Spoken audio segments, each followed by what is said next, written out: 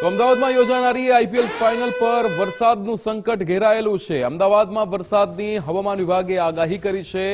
હવામાન વિભાગની thunder activity સાથે વરસાદની આગાહી થઈ છે। આગાહીને પગલે ફાઇનલ મેચમાં વરસાદ વિઘ્નરૂપ બની શકે। ત્યારે સાંજે નરેન્દ્ર મોદી સ્ટેડિયમમાં બેંગલુરુ અને ગુજરાત વચ્ચેની ફાઇનલ મેચ છે। ત્યારે અહીંયા વરસાદનું સંકટ પણ ઘેરાયેલું છે। જીટી વર્સિસ આરસીબીની આ મેચ આજે સાંજે 7:30 કલાકે યોજાવાની છે નરેન્દ્ર મોદી સ્ટેડિયમમાં। પણ શું વરસાદ આવશે? વરસાદનું સંકટ અહીંયા ઘેરાયેલું છે આ મેચને લઈને। અર્પિત દરજી આપણી સાથે લાઈવ જોડાઈ ગયા છે। અર્પિત, ફાઇનલ મુકાબલો જીટી વર્સિસ આરસીબી અમદાવાદની અંદર, પણ અહીંયા હવે વરસાદનું સંકટ પણ ઘેરાયેલું છે, શું વિગતો?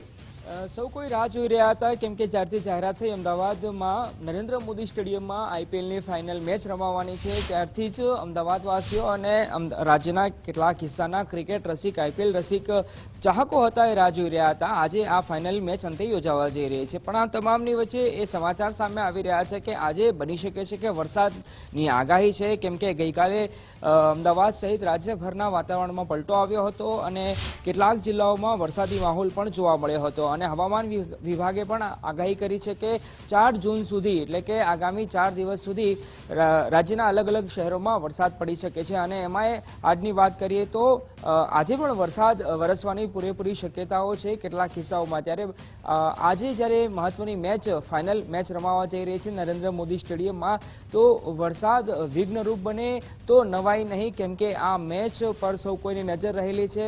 જ્યારે અમદાવાદમાં મેચ રમાતી હોય છે ત્યારે સૌ કોઈની નજર રહેલી છે, કેમ કે સૌથી મોટામાં મોટું વિશ્વનું આ ક્રિકેટ સ્ટેડિયમ છે અને એમાં આ મેચ રમાતી હોય ત્યારે સ્વાભાવિક છે કે લોકોનો રસ પણ વધી જાય છે। અને કેમ કે ક્રિકેટની વાત આવે ત્યારે સૌથી લોકપ્રિય રમત ભારતમાં આ ક્રિકેટની રમત હોય છે। ત્યારે આજની મેચમાં જો વરસાદ વિઘ્ન બને તો લોકોની મજા પણ બગાડી શકે છે, કેમ કે આજની મેચ જોવા માટે માત્ર અમદાવાદ કે ગુજરાત નહીં પરંતુ અન્ય રાજ્યોમાંથી પણ લોકો આવતા હોય છે આ મેચ જોવા।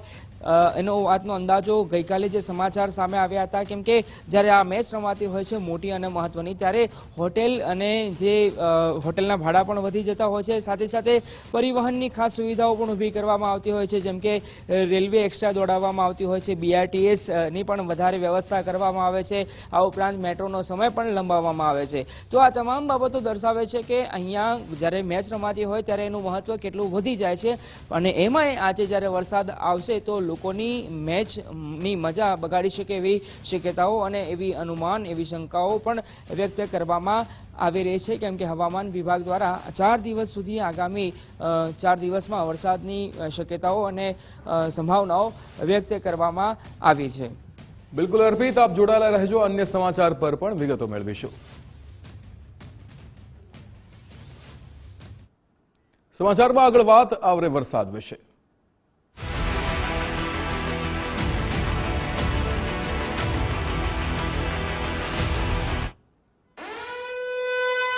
હવામાન વિભાગના નવખાસની આગાહી કરવામાં આવી છે, જેમાં આગામી 3 કલાક હળવા વરસાદની ગુજરાતમાં આગાહી કરવામાં આવી છે।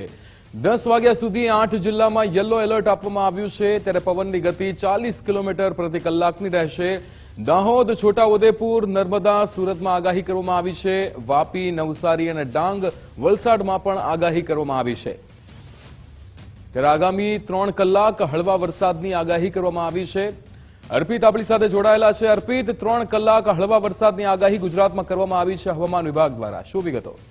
હવામાન વિભાગ દ્વારા દૈનિક આગાહી તો વ્યક્ત કરવામાં આવતી હોય છે, લગભગ 12 થી 1 કલાકની વચ્ચે દરરોજે હવામાન કેવું રહેવાનું છે એ પ્રકારની વિગતો અધિકૃત રીતે, સત્તાવાર રીતે આપવામાં આવતી હોય છે। પરંતુ આ સાથે સાથે નાવકાસ્ટ, એટલે કે વર્તમાન પરિસ્થિતિમાં આગામી 3 કલાક સુધી વાતાવરણ કેવું રહેવાનું છે, વરસાદની શક્યતાઓ છે કે કેમ, એ તમામ પ્રકારની વિગતો હવામાન વિભાગ દ્વારા અધિકૃત, સત્તાવાર રીતે આપવામાં આવતી હોય છે।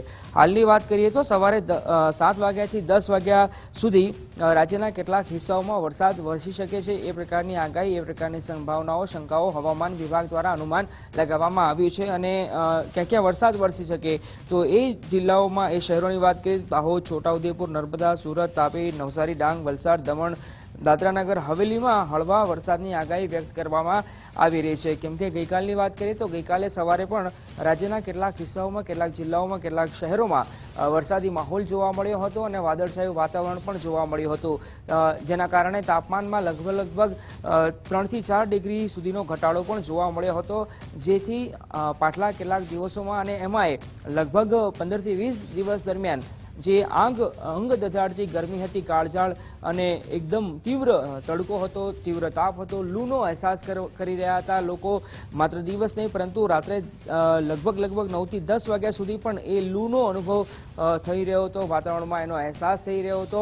પણ ગઈકાલે વાતાવરણમાં પલટો આવ્યો હતો, જેના કારણે વાતાવરણમાં ઠંડક પ્રસરી હતી, જેના કારણે લોકોને આંશિક રાહત પણ થઈ હતી. અને હવે જ્યારે હવામાન વિભાગ દ્વારા આગામી 4 દિવસ દરમિયાન વરસાદની આગાહી પણ કરવામાં આવી છે અને તેમાંય હાલની વાત કરીએ તો નાવકાશના કારણ જે હવામાન વિભાગ દ્વારા શંકા અનુમાન વ્યક્ત કરવામાં આવ્યું છે પ્રમાણે સવારે 7 વાગ્યાથી લઈ અને 10 વાગ્યાનો સમય એ મહત્વનો બની રહે તો નવાઈ નહીં, કેમ કે આ સમયગાળા દરમિયાન આ વિસ્તારોમાં કેટલાક જિલ્લાઓમાં વરસાદ વરસી શકે છે. જી બિલકુલ અર્પિત, સમગ્ર માહિતી સાથે જોડાવા બદલ આપનો આભાર.